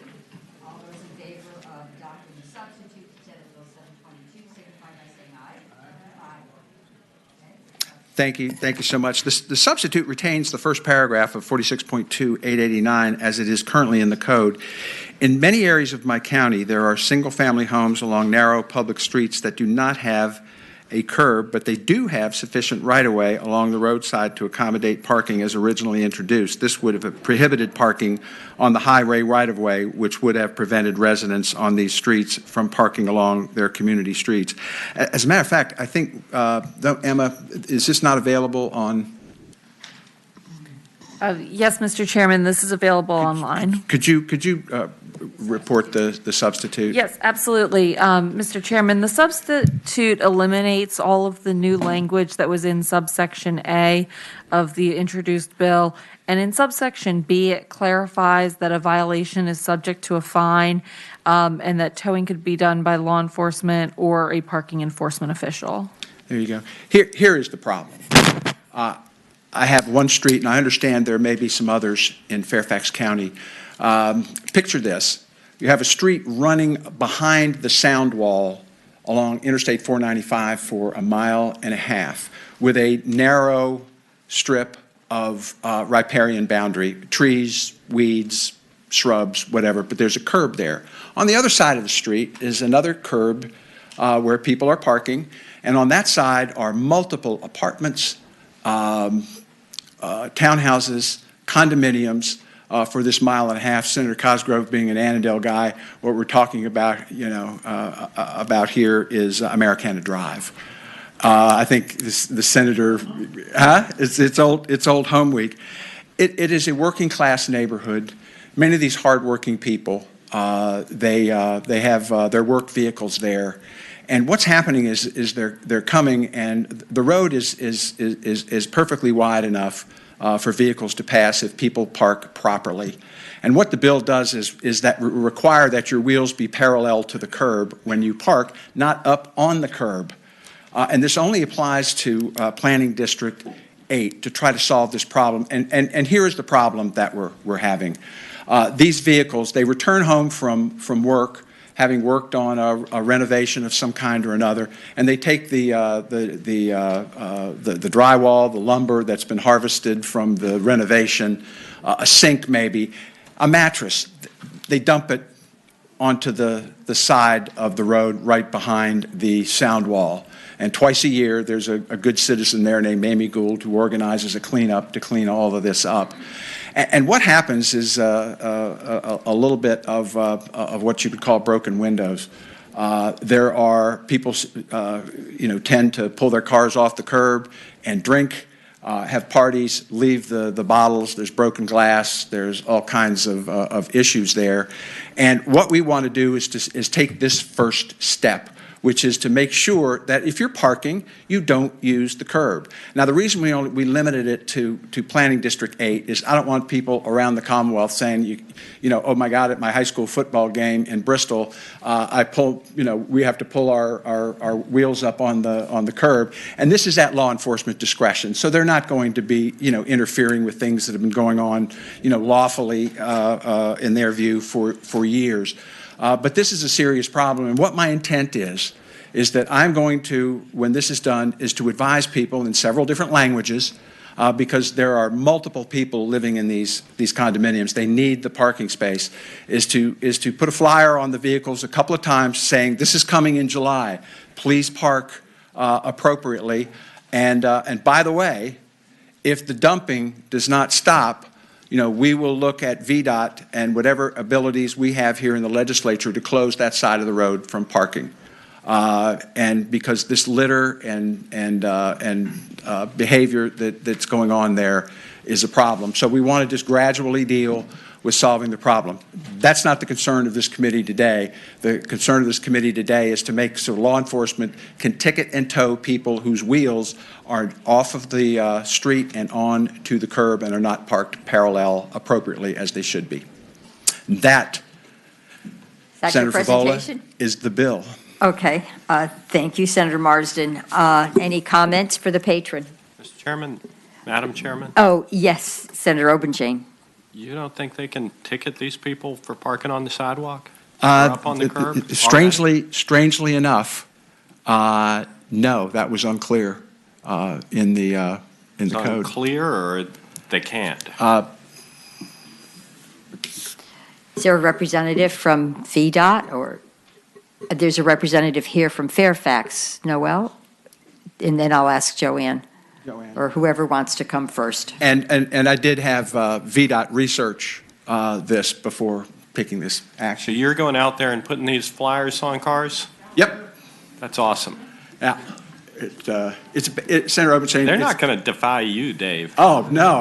I was born in Annandale. I'm a legend. Yeah. I know you're going to get it cleaned up. Joanne. Madam Chair, it was VDOT's understanding that local law enforcement may have had difficulty in citing some of the vehicles that were actually straddling the curb. And so this language would just make that clear that they can take enforcement action. Now, will there be signage required? There's another section of the code that usually requires signage. Is that, I guess I'll ask General Counsel that, because you do want signage up if somebody's going to be ticketed. Madam Chair, this does not change, this bill does not impact the signage section at all, so there would be no change from existing law. And Senator Favola, you would have to put it up everywhere. I mean, we're talking about just not being able to park on curbs. And then basically the plan is to advise them that if the dumping doesn't stop, so it's a multi-phased plan, but this gives local law enforcement the authority to ticket and tow any vehicle that is doing this, and hopefully that will get the first part of the problem there under wraps, and we can begin to utilize local government to begin to solve the other parts of the problem. And this only applies to Planning District. Outfit or uniform? Do you have a superhero outfit in mind? Yeah. This only applies to Planning District 8. Senator Obenchain, we'll do it in a horse-drawn buggy from your district. They'll sneak right up on them. We have another question. Senator Sproul. Based on who is speaking, I'm going to ask a question anyway. Where is Planning District 8? Is that in the other Virginia? That's Northern Virginia, Senator Sproul. That is correct. That is the Northern Virginia community you know and love. I apologize. Okay. Speakers in favor of the bill. This is a representative from Fairfax. Madam Chair, Noel Dominguez with Fairfax County, speaking on behalf of our Board of Supervisors. We want to thank the Senator for working with us on his substitute. Initially, it specified mainly towing as a way to address the situation. We're thankful that he added language, adding flexibility to ensure that fining was also available as a step. As we know, towing can sometimes be time-consuming and expensive. So thank the Senator for working on that. As far as somebody did, I think, asked, do we do it now? And generally, I don't believe we ticket in regards to what this would allow. As far as towing, we generally tow when a vehicle is impeding the right of way, or the mobility of traffic. So this would give another opportunity to tow, another tool for this. That's not exactly what is happening here. So this would give us a tool if other situations do not work. Correct. Yes. Right. Okay, we understand the bill. Is there anybody in the virtual world wishing to speak in favor of the bill? Is there any? Go ahead. There are no speakers. Thank you. And there are no speakers in opposition in the virtual world. Are there is there anybody in front of us who wishes to speak in opposition? Okay, hearing none. The bill's before us. I think it's pretty direct and simple. We're ready for a motion. Second. Second motion has been made and seconded. Will the clerk open the roll, please?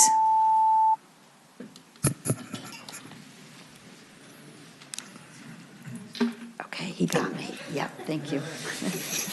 Thank you. Ayes 12, noes 3.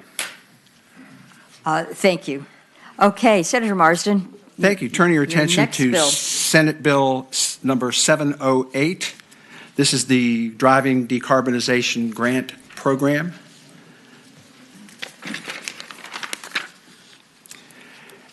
Got it. Just to be very, very quick here, what we're looking at is these grant incentives. If the money is put in, this creates the fund so that we can have the grants so that people can increase the number of charging stations that we have here in the Commonwealth. We're a little bit short right now. Certainly 95 and 81 are major corridors that are going to be used by people with electric vehicles, and we need to incentivize the creation of these charging devices. And that's essentially what the bill does. It's part of our whole electrification of vehicles, EV vehicles going forward. That's part of the solution, is to get these charging stations to give people confidence that they can get their cars charged and not have the range anxiety that those who are contemplating an EV go through in making a decision whether to purchase them. So essentially, if I have Greg Habib just step up for just a moment. Okay, and then I will ask VDOT to speak to this bill as well. Mr. Habib, welcome. Thank you, Madam Chairman, members of the committee. Senator Marston, very briefly, we all know EVs are coming. The problem is large swaths of Virginia don't have and won't have the critical mass of EVs to justify the deployment of the infrastructure necessary. So we have a chicken or the egg situation where large parts of Virginia won't have the public infrastructure necessary. Not everyone who's going to own an EV is going to be a Tesla that can charge at home. So we need to have a nudge to bring some EV infrastructure into some of these underserved parts of Virginia so that we can get adoption to the point where the market can carry it on their own. Delegate Sullivan and Delegate Kilgore are working on this on the House side. We've got budget amendments in on both sides.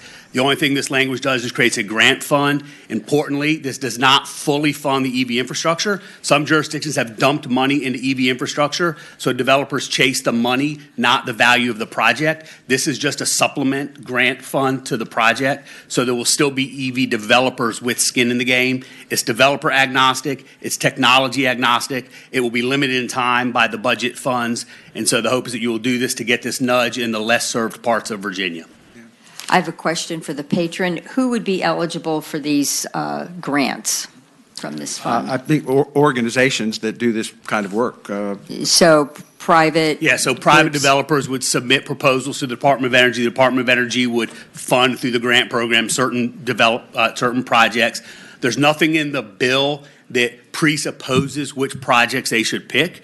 You all could be as specific as you wanted to. Here, it defers that to the, essentially like an RFP proposal. And the department would probably go forward with an RFP and look at geographic dispersion and other things like, okay. Senator Marsden, Favola, and then if there's I a could, question. for my two co-committee members here who are from rural areas, just to let you know, there is a group called Francis Energy that is talking about a long-term return on investment strategy of developing rural Virginia with a distance of no more than 50 miles between electric charging stations. And I would assume that they would be eligible for these types of grants. So this is just not, doing the I-95 corridor or the I-81 corridor. Could also serve rural Virginia and some of that rural area there east or west of you, Senator Sproul. That's my question. Senator Sproul. That's my question. Leaving here, going 64, going towards Norfolk, and going past Chesapeake, we can also allow those areas to have those type of things as well. Yeah, and Madam Chairwoman, Senator Sproul, the language in the bill actually doesn't say rural. It's historically economically disadvantaged jurisdictions. That picks up minority communities, areas with less than 8%. I'm not a minority. Don't I know, call me we've that had this minority. conversation. All right, then. Don't call me the minority. And then opportunity zone areas as well. So Thank you, sir. it'll have Thank broad you. deployment. Thank you. Senator Boysko. Thank you, Madam Chair. I want to thank Senator Marsden for carrying this bill. I think this is so important. We've been working for several years to try to expand EV access. This is an integral and very important component on it. And again, as somebody who comes from a rural background, making sure that we're getting everybody covered is just crucial to being successful. So thank you very much for carrying this bill. I look forward to voting for it. Madam Chair. Senator Obenchain. So where's this $20 million come from? General fund? It may or it may not, depending on the will of the Finance Committee as to whether Are you budget asking the amendment is initial agreed to. investment? Is it an appropriation from the general fund? Is that your question? Yeah, these grant funds, where do they come from? I mean, Is it in the budget as an appropriation? Madam Chair, members of the committee, Delegate Sullivan, Senator Marsden, and Delegate Kilgore all have budget amendments in that would be general fund money. There is also potentially some of the infrastructure money from the federal government may fund a portion of this. So we don't know exactly, but the proposal is general fund money. That's going to be up to Finance and Appropriations and you all. So that's money that otherwise could go to improvements on Interstate 81. Sure. Okay. And that'll be Finance So- and Appropriations. Well, we did pass a gasoline tax to help with improvements Chair. on I-81. Senator Obenchain? Right. So, I mean, I guess it's just a prioritization issue. That is correct. And the subcommittee on transportation will take the first stab at that here next week. Thank you. Thank you, Senator. Anybody wishing to speak in favor of the bill besides Mr. Habib? Anybody else in the audience?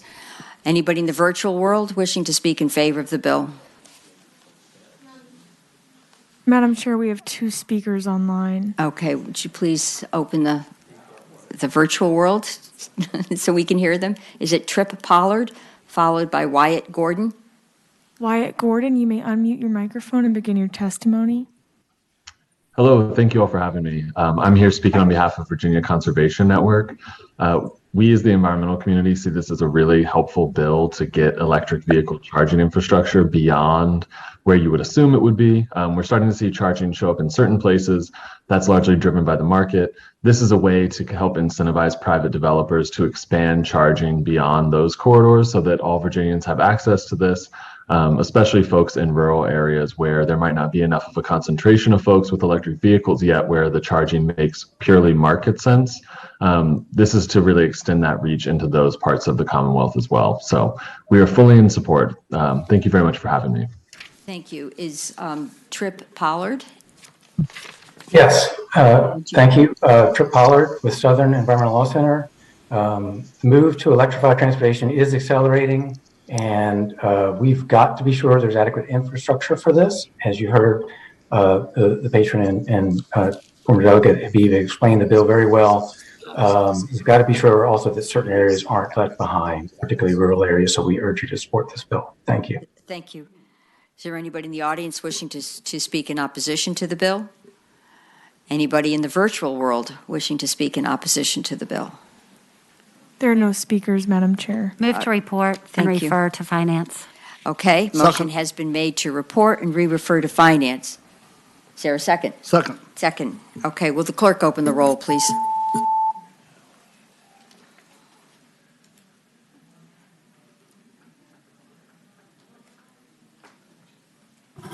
Ayes 9, noes 4, 2 abstentions. Well, There we thank you, go. Thank you, Senator Marsden. It reports and it's re-referred to finance. There we are. Thank you so much. Let's So you turn our have attention to Senate Bill 705. 2 additional bills. Okay, 705. We have a substitute which is much shorter and much more to the point of solving the problem. And I would ask that the substitute Be adopted, colleagues? Okay, motion has been made and seconded to adopt the substitute. All those in favor signify by saying aye. Aye. Substitute is before us. Okay. And I think mine is on my website. I was able to pull it up, which is amazing. Yeah, there you Okay. go. Go ahead, Senator Marsden. Okay, here's the problem. Some of our truckers, Dale Bennett from the Trucking Association, has for several years been talking to me about excessive towing bills. One of them getting to the point where it was over $200,000 for a tow. Granted, a very complicated tow with a number of factors and what have you, but it's a very, very difficult thing to resolve as to how much a tow, should cost. And so what we have done here is we're going to take the purpose of this bill is that on any invoice charging $10,000 or more for towing and recovery services rendered pursuant to a lawful request for towing by a law enforcement officer or other uniformed employee of law enforcement, is that when they do this, we're dealing with vehicles of over 26,000 pounds. What we're talking about here, by and large, are going to be jackknives. Ones where they've jackknifed, gone off the road, other cars are involved. It can get situations very, very complicated. And so what we want to do is to take an approach, and I've been working with Matt Banka and Mr. Habib and Dale Bennett from the Trucking Association to come up with a solution in the meantime while we study this. And there will be a letter asking the appropriate state agencies, VDOT, the state police, and what have you, to study this issue. But in the meantime, what we're setting up is a non-binding arbitration board of 3 towers and a trucker to keep his eye on the towers. And what it will require is that on the invoice from a tow company will be instructions as to how to contact the Consumer Protection Office at the Attorney General's office so that they can start the process of being referred to this group to settle what the tow ought to be if indeed the trucker feels it's excessive. And this is non-binding. You could still go to court. You could still say, I don't agree with it and what have you. But I have Matt Banka here to testify, who thinks this could solve perhaps 60, 70% of the disputes that go on here. There's more to it than this, but we're not attempting to deal with the fact that 25% of these tow companies do not get paid. People don't have insurance for towing. They'd rather walk away than paying the towing fee if they have an older vehicle. It is a problem, but this gets at the first part of the problem, which is excessive tow bills and coming up with a mechanism for resolving those disputes without going to court. And so that is what the bill will do. And if you don't put that on your invoice to advise the truck that of how to contact the Attorney General's office, there's a $1,000 civil penalty. Madam Chair? Yes. Who is? Oh, Senator Sproul. A couple of questions. First of all, just suppose, I heard you saying that sometimes they don't pay, but what if I do pay? And I'm saying that this is a ridiculous price. You were charging me too much money. Then what can I do? Because you told me to turn to the Attorney General's office. By the time I get an answer from that, I still got to pay it. Is that right? Well, Senator Spruill, what I would do, I think if I was a trucker who disputed the bill, I wouldn't pay it. I would go and within 30 days have this group get together and decide whether they agreed with me that my tow bill was inappropriate. Madam Chair, so, Senator Spruill. So if I don't pay the bill, can I get my car? Well, you get 30 days to for have this group to make a determination. No, that was my question. You told my car, and I got the price. I'm saying I'm not paying. That's too much money. So that 30 days you're talking about. In the meantime, do I get my car or do you keep my car? It is. Let me pull up Mr. Banka here, who represents several of the tower associations. I want my question answered. My question is Yes, we will get an answer I will answer to your question. This only impacts vehicles above 26,000 pounds. So unless you've got a really, really heavy car, it won't impact you in your personal car. Thank you, sir. Okay. Okay. Thank you. Okay, we'll now entertain speakers in favor of the bill. Mr. Benka. Madam Chairman, Matt Benka with the Northern Virginia Towers Association, and also the Major Incident and Heavy Recovery Operators Association. I'm speaking for them, and also the I-81 trip operators. So basically all the big heavy towers in the state. And towing is a complicated matter. There's a lot to do with the payment, and costs can get very high, and it involves public safety towing. That to keep in mind. We're doing this on behalf of the government to clear the roadways in a safe and effective manner. Most tows of that size are negotiated between us and the owner of the vehicle and the insurance companies.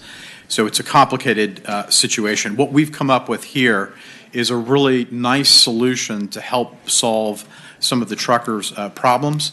And then in the off-season, we've all agreed to come back and look at some other issues that the senator discussed briefly. But the important thing to know is that all the towers and the insurance industry and the truckers are all on the same page.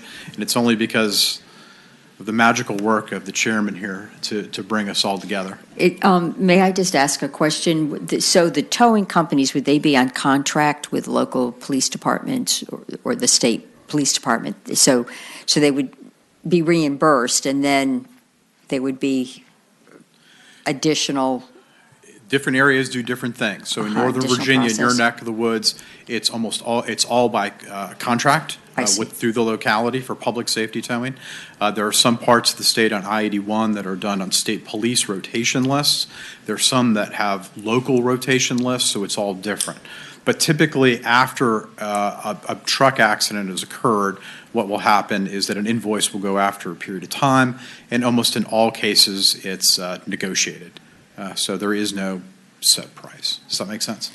Yeah, so it's negotiated, but the state is there. I mean, in other words, the towing company is always going to get some kind of fee because they're working for a public entity. I'm glad you asked that, because the answer to that question is no, and this is a very important part of what we're eventually going to study. I see. Is that of heavy tows, only 25% of those tows go unpaid, because we are required to be on that list, the tow list, whatever it is, the local, state level. We have to show up in a certain period of time with a certain equipment because we're required to clean up the road on behalf of the government. But in 25% of the cases, we don't get paid at all. So that's a very big problem. And that's what your group is going to work on. Okay. We will talk about that next session. Okay. Yes, all right. I think I understand completely. Anybody else who wants to speak in favor of the bill? Madam Chair, Dale Bennett with Virginia Trucking Association. First of all, I want to thank Senator Marsden. Very difficult issue in somewhat of an adversarial situation a lot of times. But the problem we have is the truck owner has no say-so in who comes out to provide that service. They are then handed a bill. And if they think the bill is too much and excessive and out of line, they have nowhere to go. They have no opportunity other than to have to hire a lawyer and go to court. So what we're looking for is a solution to do something about this. We think this bill is a good first step to let folks know where they can go to file complaints, and we can track the complaints, and then we're going to work with Matt and his crowd, and hopefully we can find a private party way to resolve this situation. Oh, yeah, well. Okay. Because he has the other client work base involved may be enough that he eroded. takes care of. Madam Chairman, I did have some questions. Okay, I don't know well, if we've got to that point of the proceeding yet. We are at that point. The patron is still before us, and VDOT is in the room. Senator Senator Serbell.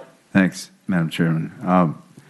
I'm trying to understand where this says it's limited to tows for really big trucks. Large. What line is that on? Line 15? Of the substitute. Oh, I'm not looking at the substitute. The other bill was a monster that was just designed to scare the committee and make this look really good. I like parts of that one. Okay. That was my question, Scott. That was my question.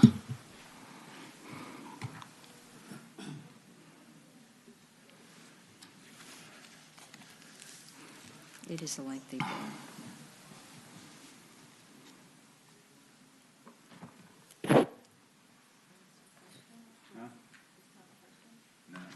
Senator Sorbel, I think you still have the floor if you would like to continue. No, I'm reading. Let You're somebody reading else. now. Let somebody Okay, else so do now something. it's very short and simple bill. Madam Chair, Senator, yes. seeing that they've got peace in the valley, I move to report. Okay, let me just ask, is there anybody in the virtual world who'd like to speak to this bill? There are no speakers, Madam Chair. Okay, and is there anybody in opposition in the audience? Hearing none, there's a motion before us to report the bill. Does this have to go to finance? It does not. Okay, is there a second? Madam Chair, I second this good Northern Virginia bill. Well, this is actually statewide, but that's good. Okay, colleagues, clerk, please open the roll.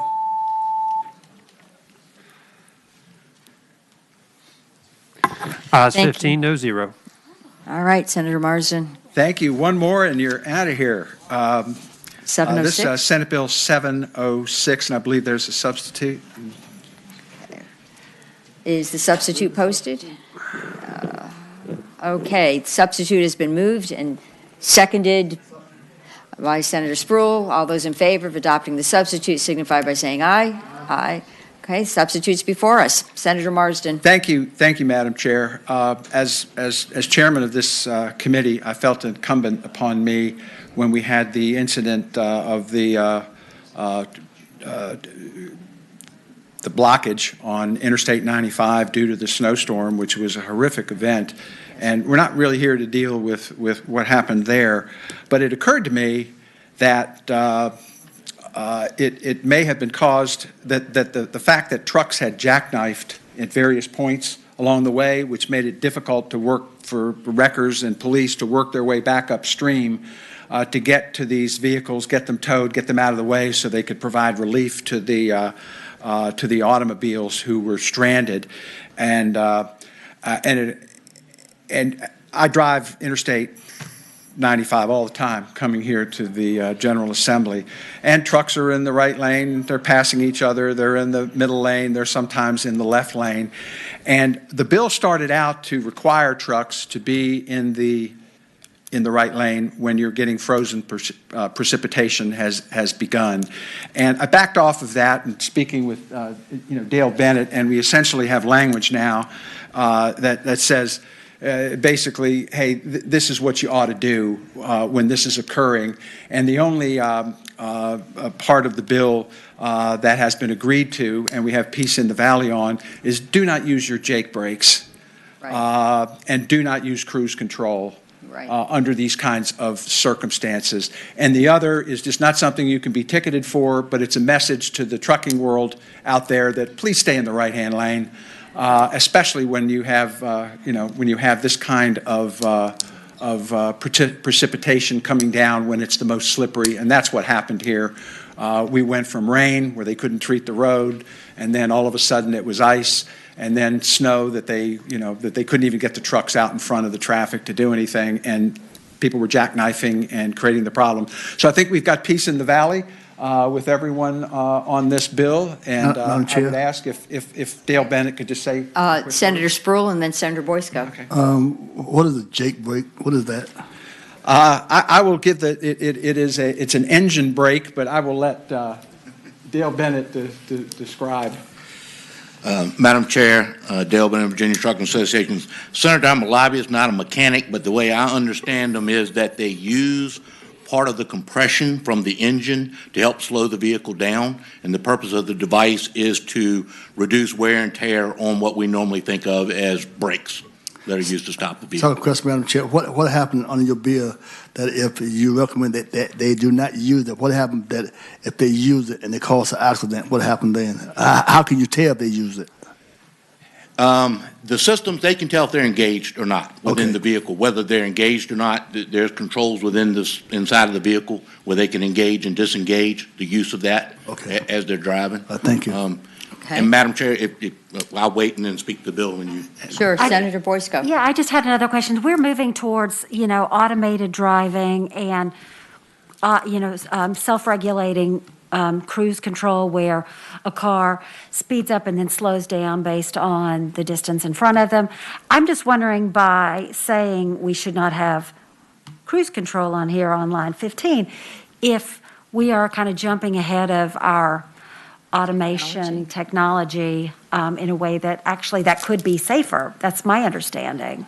Well, I think you have two kinds of cruise control. I have one that just sets the speed, and that's it. If I run into back of somebody, it's not going to stop me. Then you have the more modern kinds of cruise controls where it slows you brake. down. But we're talking about 26,000-pound vehicles here with the potential for jackknifing, and I would rather have an alert driver with his hands on the wheel, on the gas pedal, able to nudge the brakes and what have you, rather than get into a situation where he's not exercising direct control of the vehicle during these weather events. Madam Chairman. Okay, yes, Senator very Cosgrove. briefly, Senator Boysko brings up a good point, but I will point out that Tesla just recalled 50,000 of their vehicles because the automation wasn't working. It was running stop signs. So, yeah. Senator Cosgrove, the point is well taken that one day we may be coming back here to say, under no circumstances should you have control of your own vehicle. But for right now, that's not the world we live in. And I think it's important that this Senate send a message out there that we felt the pain of people on I-95, and we're attempting to do what we can do while the state investigates the cause and what have you. That's not our job. It really wasn't. Our job is to get something going, to let them know we're It really paying was an attention. unfortunate situation. Yes, let's hear from this one speaker, and then we'll take your If it's motion. okay, Senator Cosgrove, I'd like to clear up one thing. What we're talking about here is traction. So when those engine brakes kick in, it'll cause the vehicle to lose traction in slick situations of jackknife. Same thing with cruise control. When the speed varies and that kicks in to do that. We also appreciate Senator Marsden addressing the right lane issue, giving the drivers the opportunity to drive defensively, take evasive action to allow people to merge in the interstate, that sort of thing during these conditions. The only other thing, and we can talk about this later, I think the Jacobs Engine Brake Company gets a little sensitive about using the name of their company in state laws and code, but it's not a big obstacle. I think we'll have time to fix it between now and the floor. That we may want to consider deleting that part of the bill. Okay. This is something you're going to work on when it gets to the floor, or do you want the committee to work on it? Let's do to get the right technical term for those kinds of breaks and not a. Do you want to offer an amendment now, or do you want to wait until it's on the floor? What would the technical term? I think, and I will rely on Ms. Buck, is air that brakes. I think you would put a period after break and delete the rest of that part of the bill where it says engine compression brakes. Okay, I think that sounds like a good amendment. Have you moved the amendment, Senator Cosgrove? No, ma'am, I was just saying we had state police here, maybe. Air brakes? Okay, sure. Would you like to come forward representing the state police? Madam Chairwoman, Ron Maxey, Virginia State Police. I'd agree with we ran into this issue last year. The Jacobs Brake Company would have some issue with that. Compression brake is what a Jacobs brake is. So if you just end it with compression brake, that should satisfy the issue. Should make, shall not utilize compression release Madam engine Chair, can I ask him a brakes. question? Period. Yes, Senator State Sproul. Police. His bill stating that not to use it, that's in the bill. So let's suppose if someone happened to use it and the accident happens, how can you, as a state policeman, how can you tell? Because his bill says they can't use it, what have you. And then if they use it, then you do an investigation, and they did happen to use it at that time and the accident happened. How can you tell that, hey, wait a minute, the law says you are not to use it and you did use it?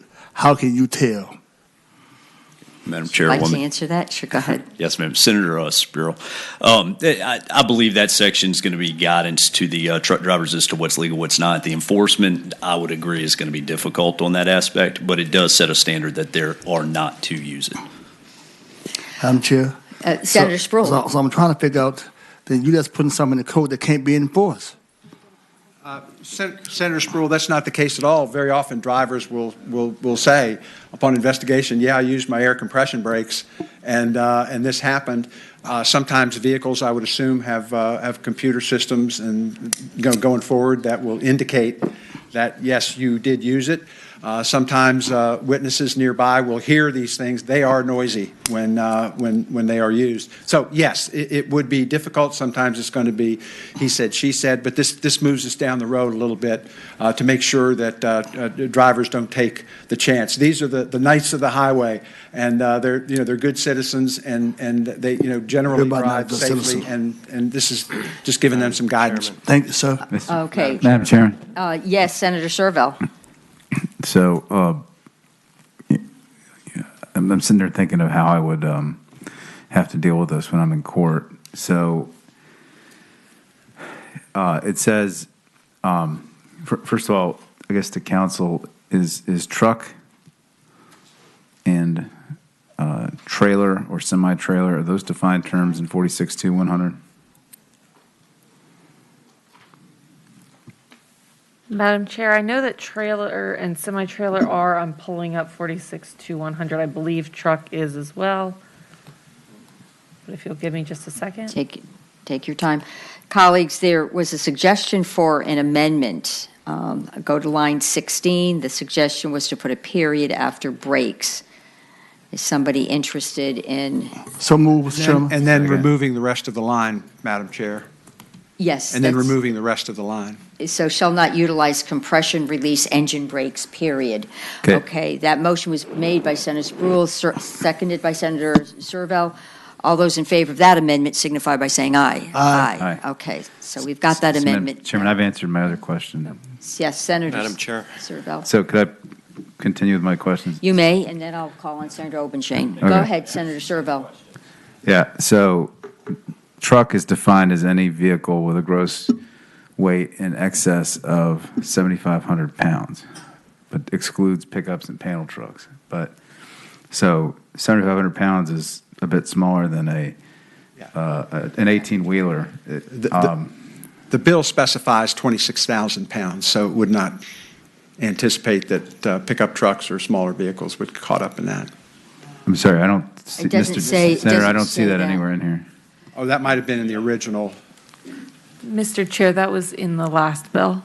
Yeah, it's not in the substitute before us. Oh, okay. Would you like it in the substitute? Yeah, would that make And sense? Madam Chairman, I would move that amendment. Second. Okay, motion has been made by Senator Servell, seconded by Senator Spruill. So now we're defining what a truck is, and you have it has 26,000? Yeah. Okay. Madam Clerk, would you read that to us? Yes, Madam Chair, the line would be on line 11. After combination, we would insert with a gross vehicle weight of greater than 26,000 pounds. Okay, amendment was made and seconded. All those in favor signify by saying aye. Aye. Okay, Madam Chair, additional question. Senator So I think I understand what active snow, sleet, and freezing rain is. Correct. However, what is other cold inclement precipitation? I knew he was going to ask that. Senator Marsden? I believe that's a term of art at DLS. Okay, well, Madam Chairman. Yeah, Senator Servell. So my concern is just that could mean rain in the cold. So that, it's, I don't even know what cold is, but. Are we trying to take in any precipitation? Is that the goal? I think that they were trying to cover anything else that I'm not aware of exists, but it was kind of a catch-all for any Madam other Chairman. kind. Want to catch all, Senator Servell? No, not in a criminal statute that can be used to initiate a traffic stop. I think that's very dangerous place Could we, to be. I would move to strike that line. Okay, I'll second that Motion motion. has been made to strike or other cold and clement And we precipitation. have to move the or.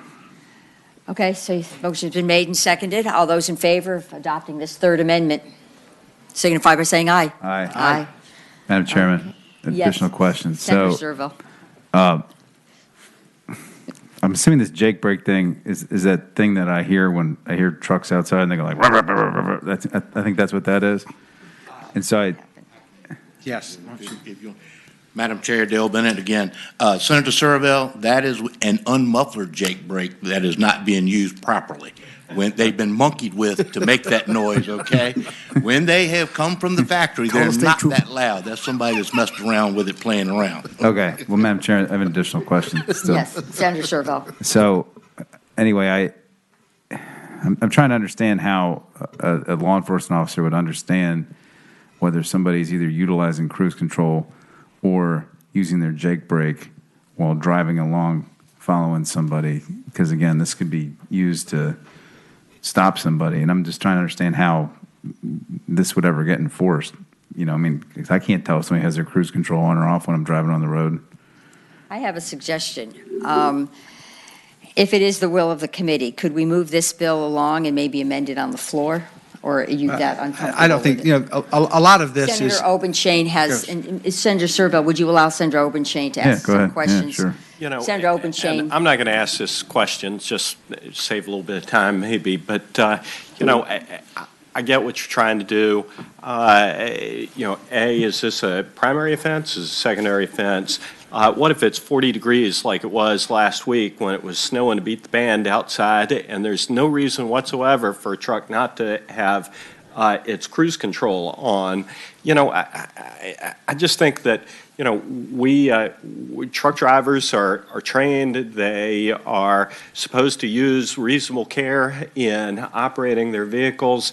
This takes away a measure of discretion. I think that with I respect what the chair is trying to do, but A, it's unenforceable. B, it has for somebody who's trying to comply with this law, which I assume every truck driver would try to comply with to the fullest extent possible, it would require compliance in circumstances that just don't warrant it, where it's perfectly safe to utilize a Jake brake, compression brake, or to utilize the cruise control. I just think that we just can't legislate absolutely every contingency. Right. Senator Marsden, I think it might serve you well if we take this by for the day, and are you going to have a meeting next week? We are. I'd move that we take it by for a week, see if there's a way of. I think you have to do some more work. Okay. Motion has been made to take it by for the day. All those in favor? Oh, is there a second? Second, signify by saying aye. Aye. Okay, so we'll see this bill next week. All right. I Let's believe that see. completes the I think you're done with docket. your. I think we're done. Thank you Okay. so much. Did you want to dismiss the committee? Right. Okay, colleagues, we finished our docket. The committee shall rise.